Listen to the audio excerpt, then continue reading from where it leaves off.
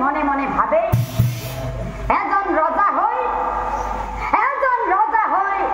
নিজৰ সন্তান লাভৰ বাবে অন্য এজনৰ সন্তান কাঢ়ি আনি বলি দিয়াটো কেতিয়াও সম্ভৱ নহয়।